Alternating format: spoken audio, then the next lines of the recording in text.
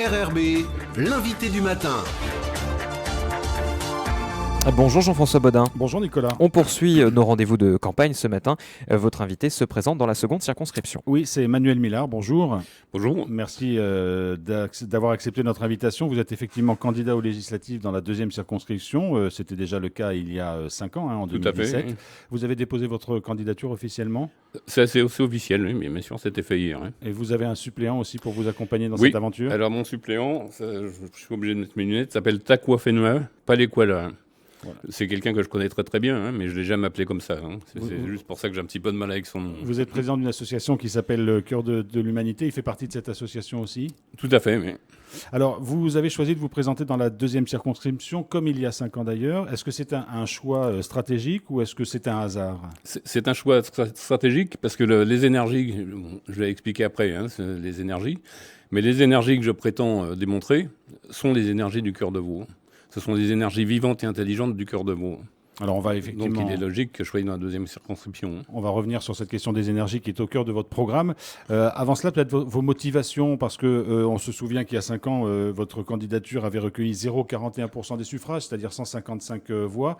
Vous avez peu de chances d'être élu, même si vous avez vos chances comme les autres candidats. Quelles sont vos motivations pour aller à ce scrutin et vous présenter à nouveau ? Mes motivations, si vous voulez, c'est que je fais des démonstrations d'énergie. Je démontre les énergies naturelles du pays, qui seraient bonnes pour tout le monde. Hein. Je les démontre principalement en réglant des problèmes incurables, des fléaux incurables, tels que notre mortalité routière, la délinquance, les crises économiques, locales, nationales ou mondiales. Donc un illuminé pourrait dire la même chose que moi, qui travaille sur les énergies. Seulement un illuminé pourrait rien prouver. Or, moi, je prouve tout. Alors, comment vous faites pour prouver ? Alors, je annonce les démonstrations. Alors, la difficulté, c'est de les annoncer, puisque il n'y a aucun média qui veut que je les annonce. Donc la plupart du temps, je les annonce sur Internet, ou alors je fais des promesses aux ministres nationaux, et chaque fois que j'ai une réponse à ces promesses, je réalise la démonstration qui était promise. Alors, mais vous la réalisez de quelle façon ? C'est uniquement spirituel. C'est uniquement spirituel. Je ne travaille que les énergies. Vous voyez, la dernière démonstration en cours, c'était pour soutenir le plan de relance économique de Bruno Le Maire en métropole. Donc début 2021, je lui ai écrit en lui expliquant ce que je fais sur la sécurité routière et sur la sécurité en général, et que pour prouver ce que je faisais, j'allais soutenir son plan de relance économique à condition qu'il me réponde. J'ai toujours besoin d'une réponse uniquement pour officialiser mes démonstrations. Ça me sert à rien d'autre. Son chef de cabinet de Bruno Le Maire m'a répondu au mois de mai. À ce moment-là, la croissance économique de la France végétait un peu au milieu de la croissance des croissances européennes, hein, ni plus ni moins. Dès le mois de juin, il y a un rebond qui la place en tête de toutes les croissances européennes. Et elle termine l'année 2021 comme première croissance européenne. Mais alors, pardonnez-moi, on peut dire que c'est à la fois, vous pensez que c'est votre action qui a aidé à la reprise de la croissance, mais ça peut être aussi les mesures techniques comprises dans ce plan de relance de l'économie. C'est possible, mais toutes les réponses que j'ai eues, j'en ai pas eu beaucoup, mais toutes les réponses que j'ai eues sont jumelées d'amélioration immédiate comme ça. Hein. Alors, par exemple, sur la mortalité routière, vous avez aussi des exemples de démonstrations ? Des démonstrations de la mortalité routière, c'est mes démonstrations principales, j'en fais en permanence. J'ai commencé en 2005, alors qu'en 2005, la mortalité routière explosait. Le record, c'est 2004. En 2005, on s'apprêtait à le pulvériser, malgré toutes les mesures qui avaient été mises en place. Alors, pourquoi avoir choisi de vous présenter aux élections législatives ? Parce que les actions que vous menez, elles peuvent être menées hors mandat. Enfin, elles peuvent être menées hors mandat. C'est ce que vous avez fait jusqu'à présent, d'ailleurs. Voilà, elles peuvent être menées hors mandat. Simplement, elles ne peuvent pas être menées tout seul. C'est pas à moi tout seul de régler les problèmes. Moi, je démontre la voie pour les régler, ces problèmes. Et en incluant ces énergies dans la politique, ça veut dire qu'on pourrait régler tous les problèmes dès demain matin. Pourquoi avoir choisi Oui, allez-y. Puisque mes démonstrations prouvent que c'est immédiat. Hein.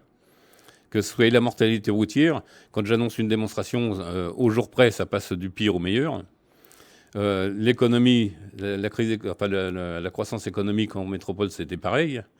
J'avais fait une démonstration en 2013 pour le chômage pour François Hollande, à l'époque où le Premier ministre revenait sur le territoire.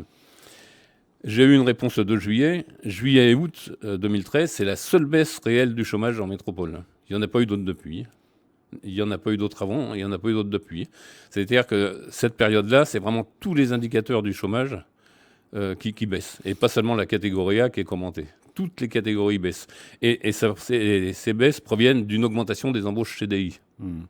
À un moment où c'était absolument pas prévu.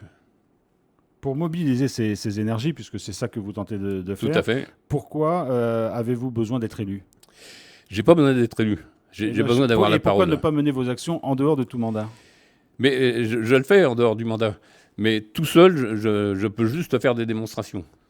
Hein, cette énergie ne peut rayonner en permanence et de manière vraiment efficace pour le pays que si on participe tous. Qu'est-ce que je montre en réalité? C'est la lutte du bien contre le mal. Donc on peut parler quoi, d'une démarche spirituelle, cosmique, oui, c'est une démarche religieuse? totalement non, c'est spirituel. Moi, je suis pas religieux. Hein. C'est une démarche spirituelle, mais qui concerne tout le monde et qui concerne des cas très concrets. Hein. Manuel Millard, un député a pour rôle principalement de voter des lois, hein, de travailler avec ses confrères députés. Vous pensez que vous pourriez porter une voix particulière au sein de l'Assemblée nationale? Tout à fait, tout à fait. Mais l'intérêt justement d'être député, c'est que si je suis élu, on va tout de suite améliorer les problèmes du pays. Le destin naturel de la Nouvelle-Calédonie, c'est de devenir l'exemple mondial, justement, d'un monde meilleur. Et ça commencera le lendemain de l'élection. Après, il faudra 2 ou 3 mois pour avoir des résultats, pour avoir des bilans. Quoi. Mais dès qu'on aura ces premiers bilans, je pourrai les montrer à l'Assemblée nationale et leur dire voilà comment en Nouvelle-Calédonie, on a réglé tous nos problèmes. Et voilà comment la France réglera tous ses problèmes aussi. Mais alors, pour changer les choses, il y a la mobilisation des énergies que vous prenez. Il faut aussi un certain nombre de mesures techniques. Il faut écrire des textes, il faut les faire voter, y compris en Calédonie. C'est certain, c'est certain. C'est certain. Mais mes démonstrations prouvent que sans voter aucun texte, sans lutter contre les fléaux réels, on les améliore. Donc ça ne doit pas remplacer les textes et les luttes naturelles, mais ça doit venir en complément. La préoccupation des Calédoniens, aujourd'hui on le voit, c'est notamment contre la hausse des prix qui est liée à un marché mondial très très compliqué. Il y a aussi l'avenir institutionnel. On sait que la Calédonie se cherche un statut pour les années qui viennent. Tout ça, c'est des questions qui vous préoccupent ou qui ne rentrent pas dans le champ de ce que vous appelez vos actions? Ça me préoccupe tout à fait et ça rentre totalement dans le champ de mes actions. Puisque justement, c'est de redonner la confiance. Pourquoi la croissance a augmenté en métropole? Parce qu'il y a eu la confiance. Et la confiance, elle est venue par les énergies. Et en Nouvelle-Calédonie, ça doit être encore pire, encore mieux. Est-ce que vous comprenez que pour beaucoup, vous avez une démarche assez marginale ou originale qui fait qu'elle vous empêchera peut-être de passer un certain seuil? Oui, j'ai une démarche originale et marginale parce que les gens ne connaissent pas les résultats. Hein, si mes démonstrations étaient rendues publiques, alors les gens forcément on serait forcés d'y adhérer. Qui a envie de rester dans un pays où la mortalité routière explose en permanence, alors qu'à côté, on peut la faire baisser en permanence? Qui choisirait de rester dans la situation actuelle? Personne. Qui choisirait de rester dans un pays où l'économie se dégrade, alors qu'à côté, on peut montrer que, rien que par les énergies, on peut faire que l'économie soit presque la meilleure du monde. Personne ne voudrait rester dans le pays où l'économie se dégrade. Si les gens me refusent mes actions, c'est parce qu'ils ne connaissent pas les résultats.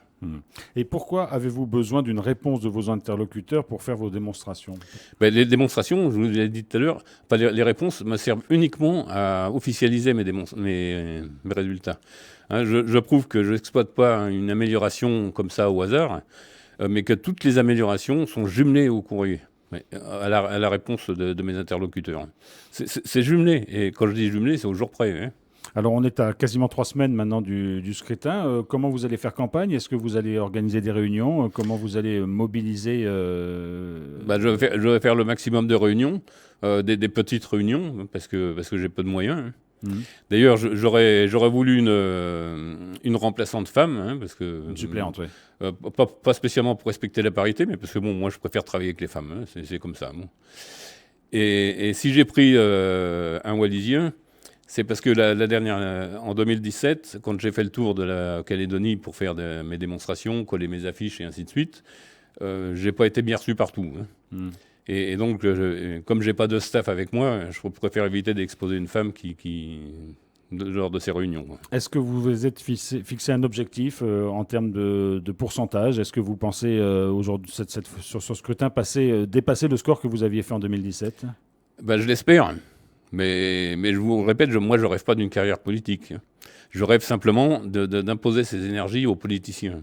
Si les politiciens avaient accepté ces énergies, depuis 17 ans, ça fait 17 ans que je le fais, depuis 17 ans, on aurait évité au moins 500 morts de la mortalité routière, on aurait évité tous les drames de la délinquance, on aurait évité un tas de drames, et moi je serais encore bien tranquille dans mon petit coin, et sans faire de la politique qui m'intéresse pas du tout.